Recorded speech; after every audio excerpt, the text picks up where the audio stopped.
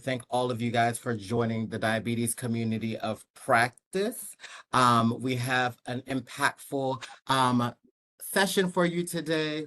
Two wonderful speakers. I'm gonna let Mariana introduce, but I'm just gonna go through. Here is our prompt for today, our icebreaker. Once again, as we approach the end of January, how would you describe the month in a single word? I see some people have said crazy, drained, long, different, busy, exciting.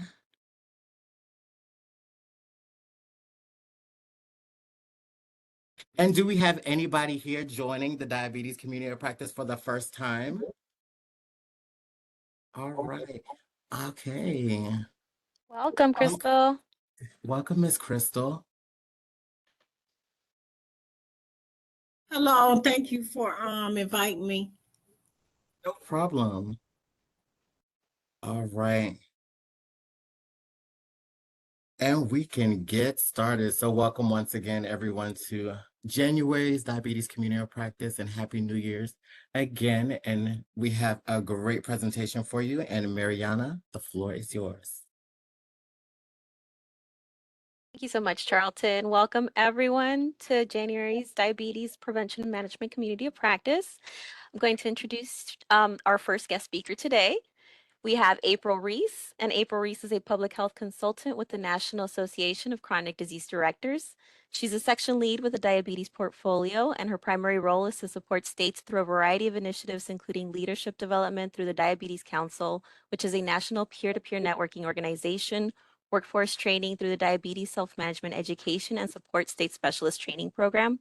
She helps states that want to increase enrollment in DSMES that is covered by Medicaid, and she works to support states who are trying innovative approaches to increase participation in the National Diabetes Prevention Program through the Bright Spot Initiative. I'm sure some of you have heard about that as well.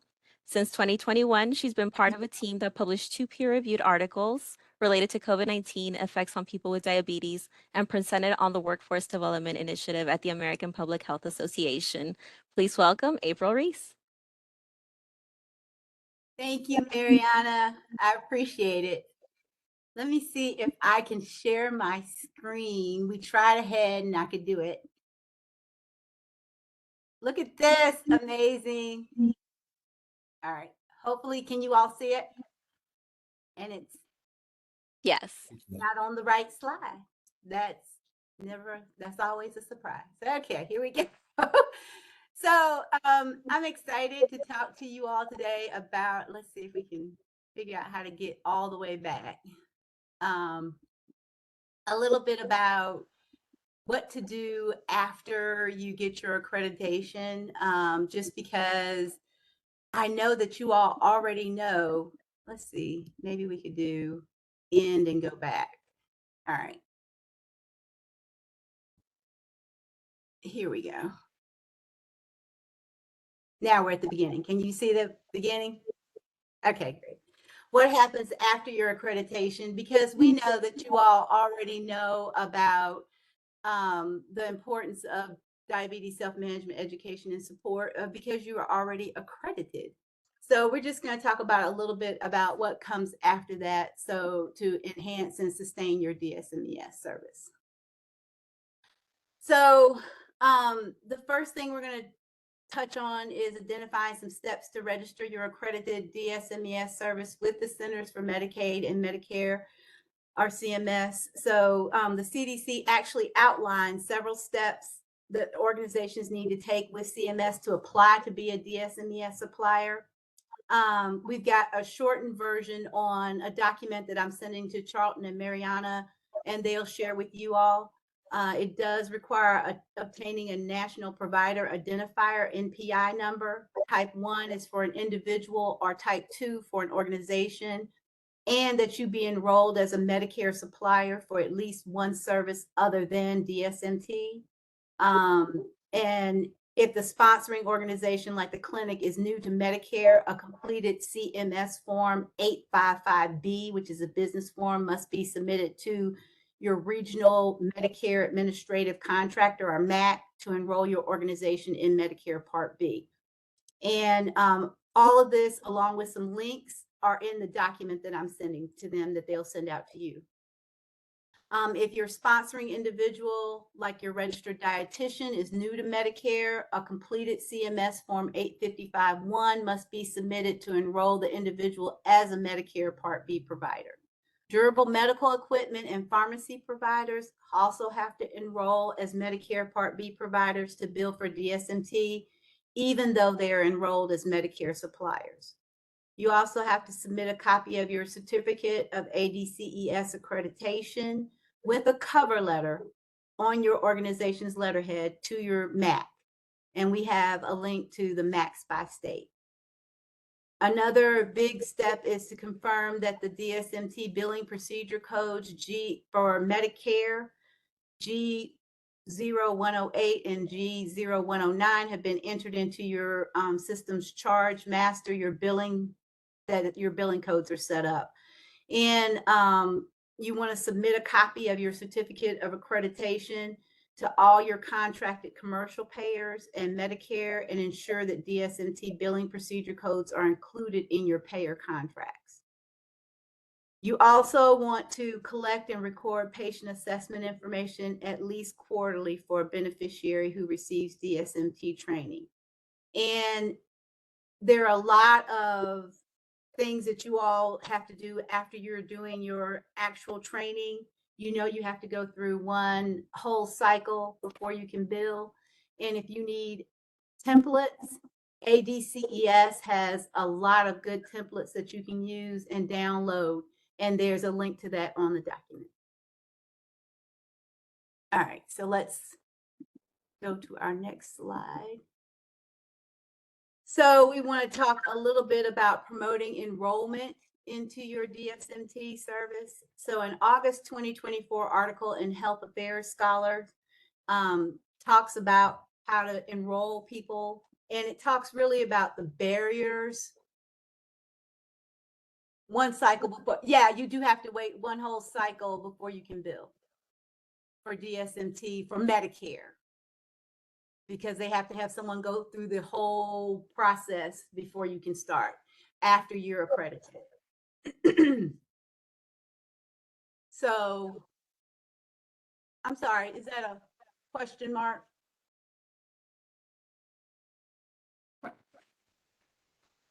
Hi, this is Paola, and you can wait until the end. I'm sorry, I was just putting it out there while I remembered. I was wondering what constitutes one cycle. Thank you. Okay. Well, and that's a good question that I am not 100% sure about because of the issue that we'll get into later, what is considered done. But I think it's after you have recruited someone and done at least the first class. Oh, okay, thank you. Mhm. All right, so we're just going to talk about DSMES barriers. There are really three groups. So providers, people with diabetes, and health systems. Provider barriers, we'll talk about those first. They may not refer to DSMES because they misunderstand the necessity and effectiveness of it.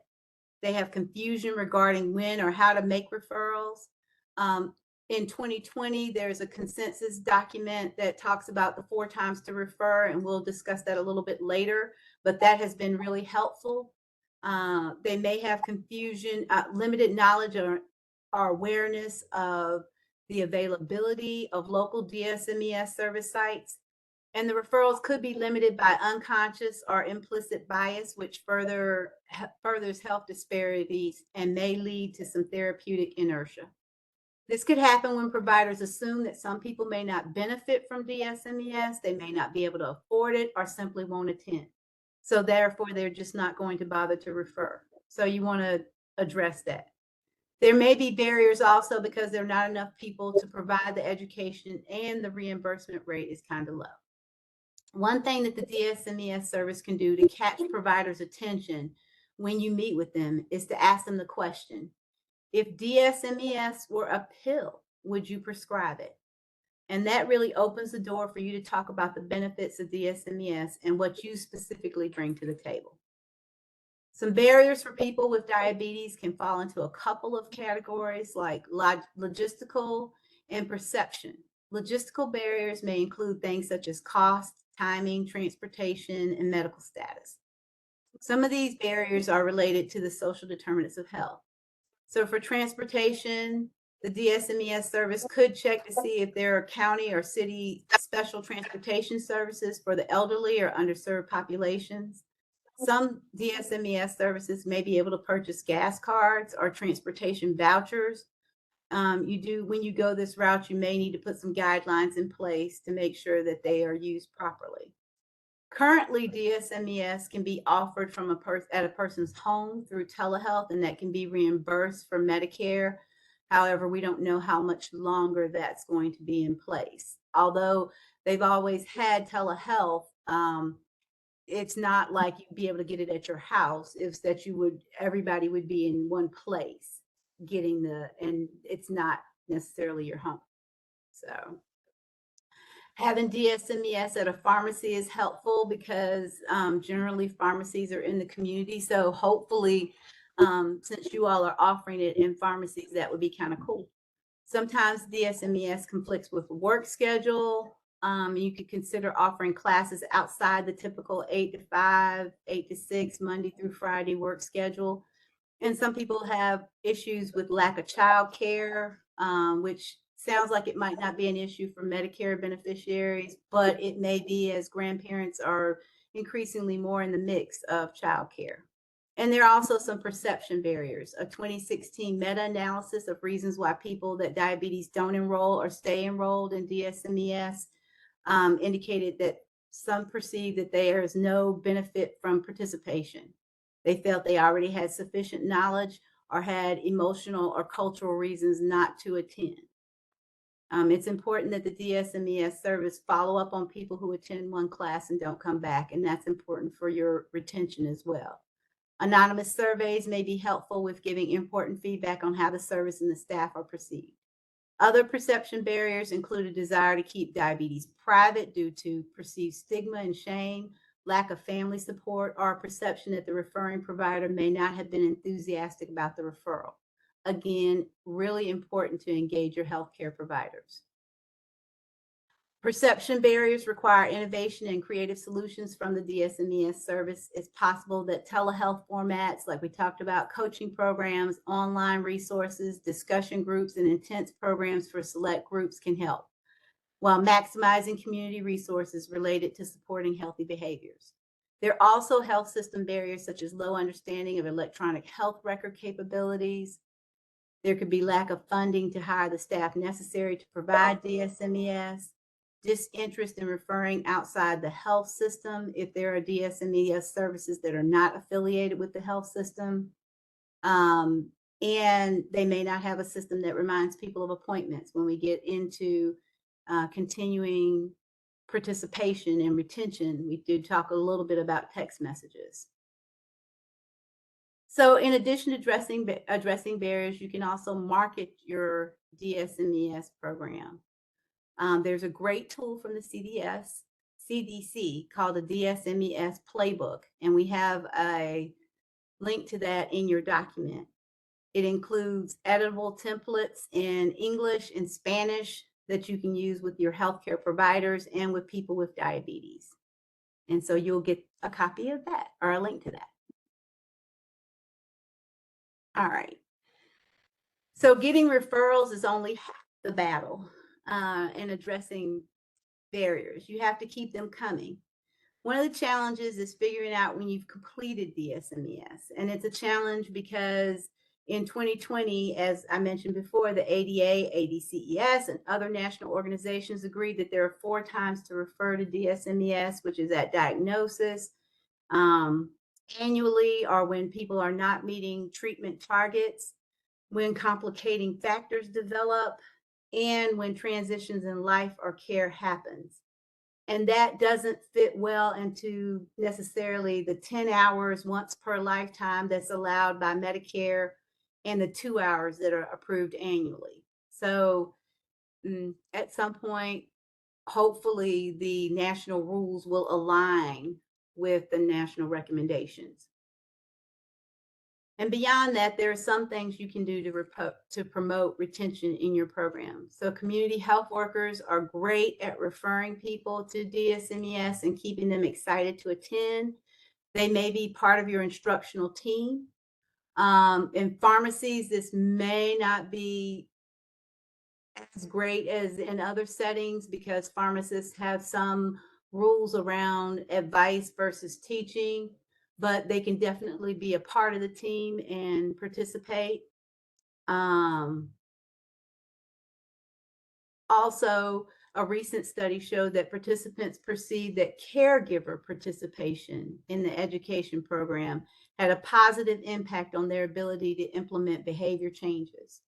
Participants identified having caregiver support to implement changes in eating habits and meal planning was the most important of all self-care behaviors, and they were able to do that better when they had a caregiver that was participating. Another way to improve your referrals and retention is through technology. A 2023 meta-analysis showed that text messages increased attendance at appointments and has the potential to increase medication adherence. Additional research is recommended to state this conclusively. Also, several studies have shown that use of a continuous glucose monitor is helpful to people with diabetes in managing their blood sugar. And a couple of them recommended incorporating the CGM feedback into diabetes education.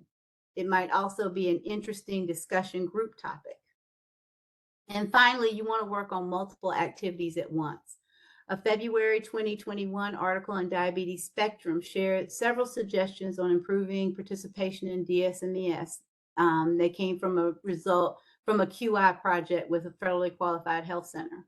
So they showed that a significant increase in the number of referrals and participation was observed among patients with type 2 diabetes after implementation of electronic diabetes education referral protocol, so your EHR referral. The protocol combined use of multiple intervention strategies, including an assessment of healthcare provider readiness for change, use of diabetes education algorithm within the EHR, and adding a training protocol to promote change in referral practices and improve e-referrals to diabetes education. The study also showed that adding standing orders that allow clinical support staff to enter e-referrals may further increase participation. And it showed that healthcare provider referral practices may be improved by collaborations with contractual care managers, such as chronic care management nurses, home health care nurses, and social workers. So if you're going to try some things, you might want to do more than one, so you can address more than one thing at the time. And then our last topic is just a high-level overview of some billing and coding. So you want to make sure that you obtain properly executed initial DSMT referral form from a provider, and it's got to be the treating provider. So the person that treats the person for diabetes has to be the one to refer to DSMT. You can people could, in theory, self-refer, but you'd have to go back and get a referral filled out prior to providing the education, and certainly prior to submitting for DSMT reimbursement. A sample referral form is on the ADCES website, and it's got all the different things that you need to know there. And that, again, is in the document that we're sending you. You also have to have your correct sponsor. DSMES programs have to have a sponsor that's recognized as a billing provider. The sponsors can be individuals or entities. They don't have to be a member of the DSMES team, but they'll be part of the organization where DSMES is delivered. RNs and CDCESs are part of the accredited team, but billing is done under the NPI of the accredited program. Same thing with your pharmacy. It's done under your pharmacy. The billing NPI should be the sponsor of your accredited program. And we've got in our document that I'm sending you, you've got a list of which entities can sponsor a DSMES program for billing CMS and which individuals can sponsor a DSMES program. Which means, but they still bill it under, they tend to bill under the program, but I have to say it's tricky because it depends on where you're providing the DSMES, which is why we're doing this high level overview instead of specific questions. But we can get into specific questions, and I can take those back to, we have a billing person on our team who can be helpful with that. We also want to talk about your proper billing and coding. So I think you already know that you can have, the person has to be diagnosed with diabetes, and that you can do 10 hours of initial training within a continuous 12-month period upon diagnosis, or if they've never done it before, if you're trying to bill Medicare for it. Subsequent years is up to 2 hours of follow-up training. And the deductibles and co-insurance applies to that. We also have the DSMT codes. The G0108 is a diabetes outpatient self-management training services that's billed per 30-minute increments, and the G0109, which is the group sessions, and they're billed in 30 minutes as well. And we've got more information about that on this slide. So you can see Medicare Part B covers the 10 hours as we talked about, and then the 2 hours after that. And then just a little bit of information about determining if the beneficiary has already had the initial 10 hours, because you'll want to make sure before you start doing the training, because they won't reimburse you if they've already had that training. So that's just a little bit about DSMT. I'm happy to take any questions that you might have. Hi, this is Paola. In reference to your last slide, that middle portion, if you go back to the Medicare coverage for initial DSMT, in that middle section, you see how it says 1 hour individual plus 9 hours group. Can all 10 hours be individual? I see that you can do all 10 hours as a group, but the opposite, can all 10 hours be individual? They can, if you can demonstrate that that person has a condition that would keep them out of group participation. I see. Thank you. And interestingly enough, if you are at a FQHC, you're supposed to do them individually and not in groups. Really? The group tends to work out really well in the FQHC environment. I know. So is that an exception there? We wouldn't be able to do group in a FQHC? No, they figured out how to do it. There's a special thing that they can do. It's like a group visit. They add some other things with it and they make it work that way. But it's just, this is why it's really complicated for your billing. So you really should have someone who is very familiar with the billing. And because some providers have to be on site in order to do the billing, and there are rules around what you can do, how you can provide it, who has to do it, and what setting it has to be done in. We've got, there's some information on this document that I'm sending you, but it really is helpful for you to have somebody who's very familiar, or if you want to, ADCES has a service where they meet, I think it's either weekly or monthly, with people that have specific questions about billing, and they'll be able to answer those questions. Okay, thank you. And then there was one other thing I wanted to clarify. You were discussing the patient assessment. Did you say that patient assessment has to occur at least every 3 months? Did I hear correctly? It's recommended.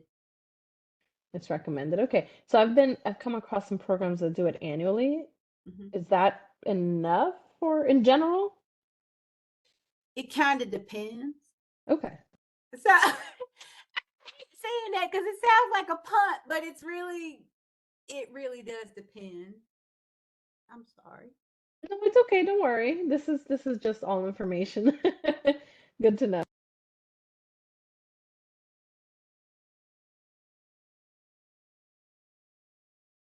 Do y'all have any other questions? Any other questions on the accreditation process? Any organization might need any clarity that Ms. April can assist with? I do have one more question. This is still Paola. I'm sorry, y'all. I'm like hogging April. No, you're good. You're good. So there was a question that came up in our meeting maybe a week or two ago where there's a CQI project required for that initial accreditation.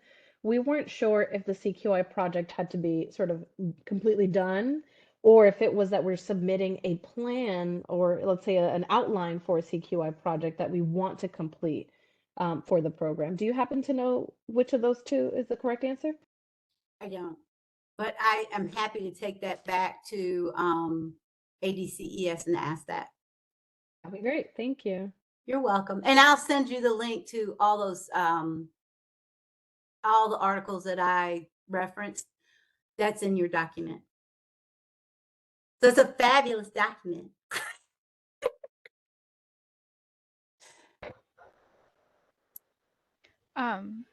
Sorry, Paula, can you repeat your question one more time about the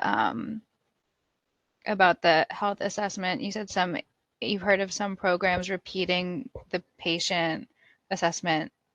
Did you say annually? Annually instead of quarterly. Right, And annually. if you had to do it, yeah. Okay. And then I got your CQI question about do you have to have the plan or Or a completed Um, CQI project. Mm-hmm. Thank you. Okay. Thank you. all right. Well, if you think of other things you want to know, please let Mariana and Charlton know, and I'm happy to answer that. And I will get you the document. Thank you all. I hope y'all have a great rest of your day. I'm gonna have to go to another meeting that got on my schedule, unfortunately. Thank you so much, Ms. April. Thank you. Y'all have a great day. You as well. Mhm. So before we get started, if there are any other additional questions that you would like for us to pass on to Ms. April about the accreditation process, any metrics that you need, please drop those in the chat and the DC Health team will collect those and we'll be providing a Q&A one-sheeter when we're done, as well as an evaluation afterwards as well. We'll send later on this week. And Mariana, back to you. Thank you so much, Charlton. For our second guest speaker today, we have Dr. Vivian Ayuk. Dr. Vivian Ayuk is the CEO and founder of Sirogi Inc. She's also an alumna of the University of Minnesota College of Pharmacy. She's led multiple successful pilot studies in diabetes management, and currently she's leading DC Health's efforts to increase the number of pharmacies offering DSMES services. Thank you so much for being with us today, Dr. Ayuk. You are welcome. Can you hear me okay? We can, and we see your screen. Amen. Thank you. Thank you. Having a little bit of a Wi-Fi issue at the office, so I do apologize if my audio is not great. Please stop me if there is a delay and I would turn off my camera. All right. So thank you all. Thank you, Charlton, and everyone else on the team for the invitation to share about the Pharmacy Wellness Hub project. I shared this in another meeting today, and I said there are some projects you work on that really give you goosebumps, right? When you see and you begin to understand the potential and how this can really touch so many people and you can scale. This is one of those. So really excited and grateful to have the opportunity to be part of this. So thank you, DC Health, for trusting pharmacists and being willing to support us as part of the care team to be able to meet the needs of DC residents. So today I'm really going to give you a little bit of history about the Pharmacy Wellness Project, how we all started, where we are, and where we hope to go in the next 4 years with this, and also to highlight some opportunities for partnership. So if we could just take a step back and just look at how did this come to be, right? This really started out in 2021 when DC Health reached out because they wanted to engage community pharmacists in providing DSMES. I know when we're doing billing, we refer to it as DSMT. And at the time, there was really a recognition of the role pharmacists can play, especially in the community settings, in providing chronic disease management programs, and also to leverage that relationship that already exists between pharmacists and the residents. If you think about it, pharmacists are really the one member on the care team where there is more than monthly interactions. So think about it, people come pick up their medications, right? Maybe once or twice every month, right? That's an opportunity there to interact with the pharmacists get to know them, know their needs. And imagine if we could leverage that trust to be able to provide DSMES and other chronic disease programs. So recognizing the role that pharmacists play, DC Health, through a grant project, partnered with Sorogi so that we could not just identify pharmacists that would be good fit for this, but also to train other pharmacists and staff, because we recognize that not every organization will be ready to implement this, but the pharmacists and the supporting staff need to have the knowledge and the information to assist regular customers that walk through the door. So it was two-part: identify pharmacists, also train the staff and the workforce to be able to deliver good, effective diabetes education. So in that process, we identify 4 pharmacists and work with them to achieve ADCS accreditation. In 2024 to 2028, now we're going to make sure that these pharmacists that have been identified, receive accreditation, can provide a sustainable DSMES program. It's not enough to just be accredited. We want to make sure that residents are able to access this resource, that these pharmacists, their businesses, have a model that can only sustain this and scale it into other areas as well. And by doing that, we will provide them with the tools and the technical assistance needed. So the 4 pharmacists that are part of this Pharmacy Wellness Hub project, we're starting, and I'm thinking if we do this right, there'll be more logos to add to this slide in the next couple of years. So we're starting off with 4 pharmacists: Grubbs Pharmacy, Grubbs Southeast, Belima, and Kalorama. Those 4 pharmacists take care of the residents in our real high priority population, especially Ward 5, 6, 7, and 8, where we know they're almost double digit in every one of those wards when we're talking about diabetes prevalence. So these 4 pharmacists take care of residents in those wards, or are located in those wards. And these 4 pharmacists have received accreditation, like I mentioned, so they're really perfect sites to be able to launch DSMES. And we've always shown that map that showed the huge disparities in terms of resources. Now we have 4 more additional businesses or organizations offering DSMES, so that should make a big difference. Now, looking at barriers, right? It's one thing to be accredited, like I mentioned. It's another thing to be able to do this successfully. Now, if we're looking at barriers that have been identified as existing now or potential barriers in the future, referrals to these programs is really at the top of the list. And I know April also mentioned that in her presentation, not just pharmacists, but DSMES programs in general face this barrier where we don't have enough referrers into the program to sustain them. Same thing in the pharmacy space. Billing is another vexing problem. I'm so happy April shared that as well, that is not black and white, because honestly, it's like rocket science to me.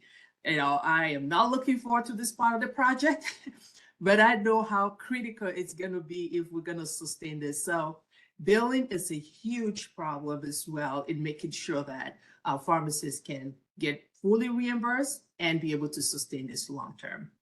Inadequate reimbursement, we've already talked about that. Making sure that you have enough referrers to be able to do group classes or sessions so that it makes financial sense. Pharmacists were not designed to do DSMES from the get-go. So a lot of these organizations would have to rework their work plan and also make sure they have the right documentation tools to do this. The staffing challenges, the language barriers, and also addressing those social determinants of health. Now, year one of this project, I mentioned this is a 4-year project.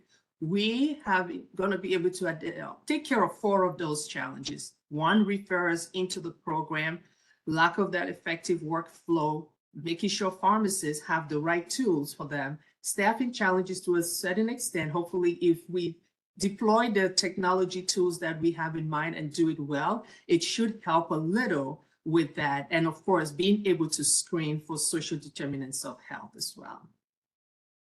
All righty, now that brings us to the real thing where we have to do pharmacy wellness help. You have to make sure that these pharmacists have the right tools, right? They need to be able to make sure that they can document properly. They can easily have refers. They are making sure that the reporting part of it is done in a way that it doesn't add another level of stress. It doesn't overburden the already small staff they have, and also making sure there's bi-directional communication as well. And can we provide them with a platform that can also be used to provide other chronic disease programs as well. So Sorogi, in partnership with DC Health, have created a web-based health portal. And through that, it will be easier for pharmacists to be able to receive referrals, whether we're talking about self-referrals or from providers. Again, I mentioned it really makes it easy to be able to get those referral forms that April mentioned, because providers can just simply upload it or complete it online. It's very data-driven, and the reason behind this is that we wanted to make sure that pharmacists have an easy way to not just achieve accreditation, but maintain it, and also to complete their annual status reporting that is required with ADCS. DC Health, as a grant project, there are certain reports that are required. We want to make it easy through the dashboard for those reports to be easily available to all the stakeholders required. So bi-directional communication, providers will be able to see forms that have been completed for the participants, where they are on their journey, what they are working on, what classes they've attended, their blood pressure, blood glucose readings at home. All of that will be available for providers to see as well. And also see what is coming up down the line for the participants too. So that is a really wonderful feature that is available. And again, this will allow other pharmacists to be able to provide other services, not just diabetes. So in order to access this, and the participant's journey really begins at programs.sorogihealth.com. And I'll just go there real quick so I can show you how that looks like. So this is how it looks from, can you still see my screen? Hope so. Thumbs up? Okay, perfect. So this is where the journey begins for residents in the district. I get it if you are billing for this, that yes, you want to make sure you have referrals and all of that April mentioned, but we want to make sure people have access, right? We would, in the back end, be able to collect those referrals if we're billing and all of that. But first things first, we want to make sure there is a place where people can go and get the basic information about diabetes management and other chronic disease. So this is what it looks like. It's really simple. It's like as easy as shopping online. But of course, this is a much more serious issue, right? We're talking about diabetes self-management or prevention. So it's really right there, clear. It's free for our DC residents, and they can just pick the program they like and add to their cart. And what I love about this site is it tells them right there, available sites, right? That's one thing that was a barrier in the past, is that if you went to all those sites that would, advertising ADCS programs, it was kind of hard to figure out in your neighborhood real quick who is offering classes. You can tell they're accredited, but you can't tell if they actually have available programs now, right? So this takes care of that for you. So when we say it's available, that means, yep, participants can actually enroll now into the program. And if you register for this, it would tell you the start date for your program. And if you wanted to push it further down, let's say right now we have January and April cohorts, If you're not ready, you can say, okay, I'm glad I want to sign up, but I will start in April, right? You can pick that as well. So right here are the different sites offering the different programs. And right here, you can see for diabetes, self-management, and hypertension, it's available at all the pharmacies, including Surrogy. So all you do really, let me take that off from the card, it's already there, is just add to my cart, right? You see what you like, you just add to your cart. And when you're ready, you just go back out to your cart right there, and you are ready to go on to the next step. And again, you just make sure that, you know, hey, you're a DC resident. If you're not, there's going to be a cost. So you know, as you proceed through this, right, what is in it for you. And create your account. Another beautiful thing we did here is that, and this is lessons learned from other pilots we've done, about 25% of participants in our programs don't have email. And half the time you create a username and they don't remember. So we took care of that in the system in making their username their cell phone number. So if they put in their cell phone number, majority of people have a cell phone, they can use that as their username. Down the line, we will add the option of them using a different username. But that takes care of that problem of, you know, residents, you know, who don't use emails, have no need for it. To make that as a way of, you know, joining a program was just an additional barrier. But using the cell phone takes care of that. So once you create your password register, you will be on your journey to choose your site and your start date. So that's just that. I'm trying not to go past this because you have PHI information on the other end, and I don't want to risk it. But if anyone is interested in learning more about this, I can schedule some time and we can definitely share more about how providers can use this and also how community-based organizations can refer. So again, participants or residents' journey begins at programs.surrogyhealth.com. For referring providers, or if you work in a health clinic, let me go. What am I doing? Why can't I go past this? Why am I going backward? Aha, here we go. For providers, their journey would begin at providers.surrogyhealth.com. Don't worry about memorizing it from any of the pages. You can quickly go to where you need, okay? If you just click on already have an account, it brings up the regular page and you can choose if you're a provider, new resident, it don't matter. So it's really easy. And here, providers can register as well, check which clinic they belong to, and go on the business of doing a quick referral and picking what site, right? They will see all the programs available, the sites again, and they can do that for their patients as well. So next step, how can you help? If you're asking, what you could do is refer patients or residents to the site, programs.surrogyhealth.com, and they would know all the programs that are available in their community, and they can be easily sign up to any of this education program. And you saw it's still grant funded fully this year, so there is no cost to any DC resident. April mentioned the 4 times that has been agreed are perfect for referring patients into DSMES, a diagnosis, you know, when complications or annual or transition in life happens. So there really isn't any reason now, especially for patients who reside in wards 5, 6, 7, and 8, right? Why, if someone is newly diagnosed, they are not receiving a referral to a DSMES program. So we have 4 more sites added. We are hoping that, you know, you can help us in spreading that information, making sure everybody on your staff knows about this. And we are ready. If you call me any time of the day, I am ready to jump on the phone, do a quick demo, and make it easy for you to get your access so you can refer. If you still prefer the paperwork, perfectly fine. We can upload that into the system. It's easy. But we are hoping that more people use this so that we can get more residents the help they need. Again, you can partner. If you're looking for a partner on this journey, Grubbs Pharmacy, Grubbs Southeast, Kalorama, Velima are available. So just give them a call and they would be happy to help you get started and also to receive those referrals. Community-based organizations, you can refer residents, and we requesting that if you have events going on in the community, whether you're talking about food drive or you're just having an awareness event, invite us, okay? We'll come out and share this information with residents as well. So we are happy to come out to those events as well.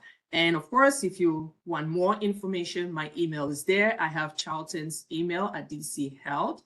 Please do reach out and let's make sure that everyone knows about programs.sorovihealth.com. Okay. All righty. Since tomorrow is the lunar year, our celebration begins. I put this in here. We always talk about the best time to plant a tree was 20 years ago. The next best time is now. We've been talking about the disparities, barriers to DSMES in some of our wards like 5, 6, 7, and 8. We now have 4 programs to add to that list. So if you were ever thinking about, okay, when can I begin? What can I really do to help residents, suffering from diabetes or diabetes prevention? Now's the time. Call us. We're here to assist and get you going on that journey too. So that's all I have. I'll take questions.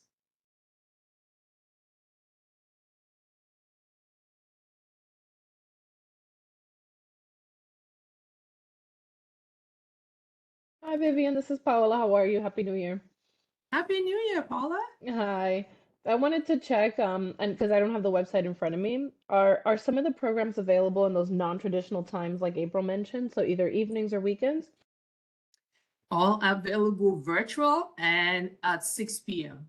Wonderful. So Thank you. you're welcome.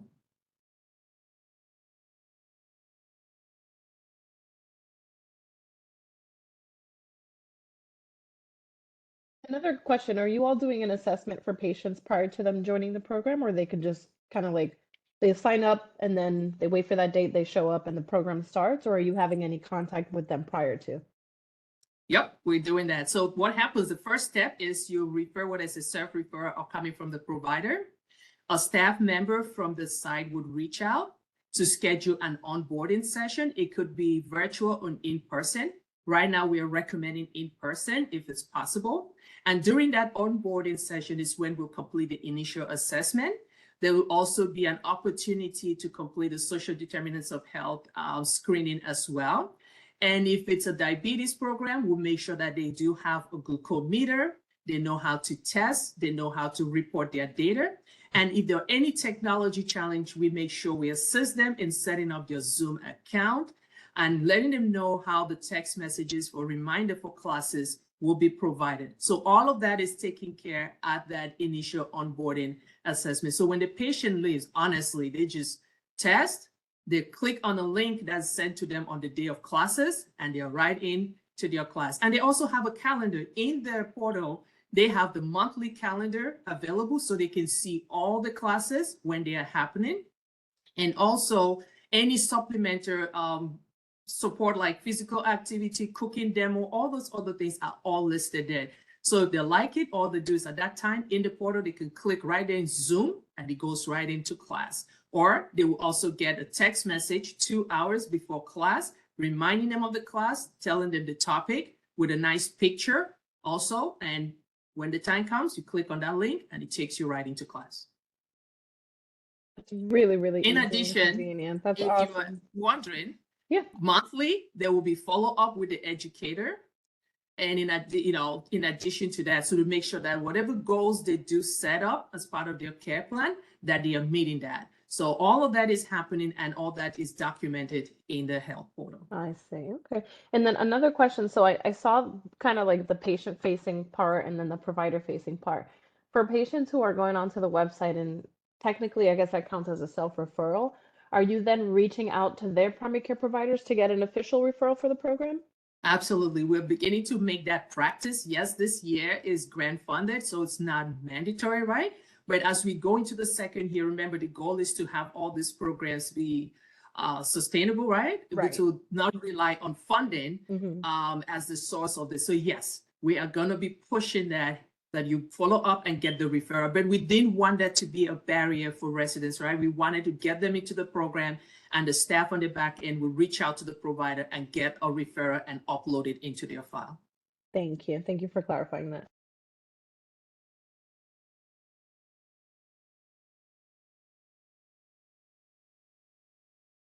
Do we have any more questions for Dr. Ayub?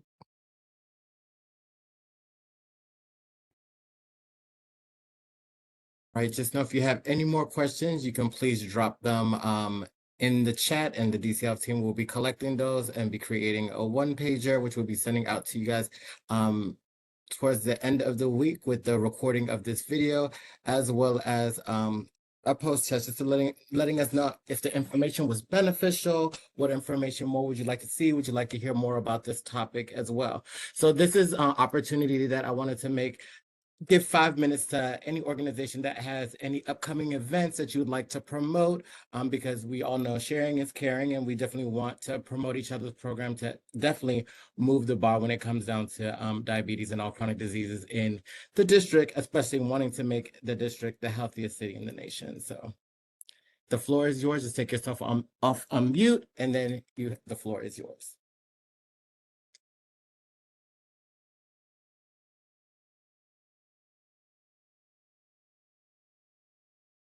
Any upcoming events? Would you like to promote your program? Any resources that you might need? Any questions you might have for the DC Health staff, we can take back, and we can form partnerships with other organizations that we might have in our Rolodex. I have a question. This question is for,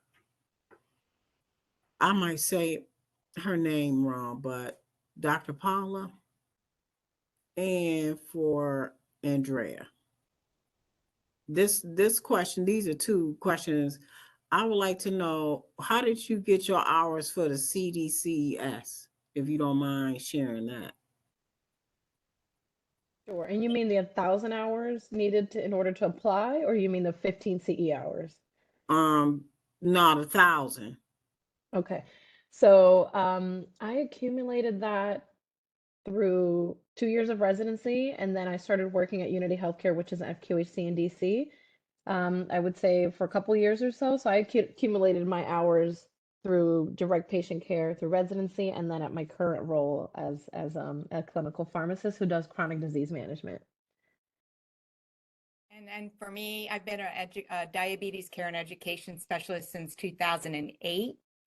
So at the time, it was harder, actually. You had to be in a clinic that you actually had the role of what we called at the time a diabetes educator. So for me, it was with Community Incorporated, and they're no longer that name, they're Community Wellness. And they had 3 locations, Tacoma Park, Silver Spring, and Gaithersburg. So it was on a part-time status that I just ran their program and got my hours through that. So again, I also have been a CBDCE mentor. So if you really want to know who's willing to mentor you, I'm no longer that role, but I was with Providence Health Systems. And that's a nice partnership. If you can find someone in the DMV area that's willing to be your mentor through that program, that is an agreement that they will kind of hold your hand with the practice hours, and you're guaranteed you're going to get an appropriate or accredited or recognized program, either ADA or ADCS. And I actually had a pharmacist that I held her hand. And so it's interesting for both the mentor and the mentee, but that's another avenue that may not really promoted a lot. And that's a nationwide program. So the CBDC, who is the governing agency for the DCCES. Hope that helps. Thank you very much. Can you If I connect can me add with that to- too, Andrea? I wanted to know if you can connect me with that. You mentioned that mentorship program is to help folks get accredited, or did you mean to get folks to get your CDCS? I'm sorry, let's To get clarify your that. CDC. Oh, okay, not to get the program accredited. Disregard. Thank Yeah, you. sorry if I let anyone, Jenny. It's for, the certification worries. board for Certification for the diabetes care and CDC, education. yes. Yes, thank you Yeah. very much. I was going to add something. You have 5 organizations here that are CDC, ADCS recognized programs. Any one of them could take you and mentor you. That's another benefit for partnering with these pharmacists. They are all recognized, accredited programs. And all you need as part of that is to be a mentee under one of them, and they would, when you accumulate the hours, they will sign off on that paperwork for you. So pick any one of those 5s, and you can see which one fits your need better, and you can partner and do it. So you don't need to go too far. You got 5 in your neighborhood. Pick one and contact them and see what fits and go there. That's another benefit. Great point That of just view. warmed my heart. Yes, thank you. Definitely. That's Are a there good any sales other- pitch. Definitely.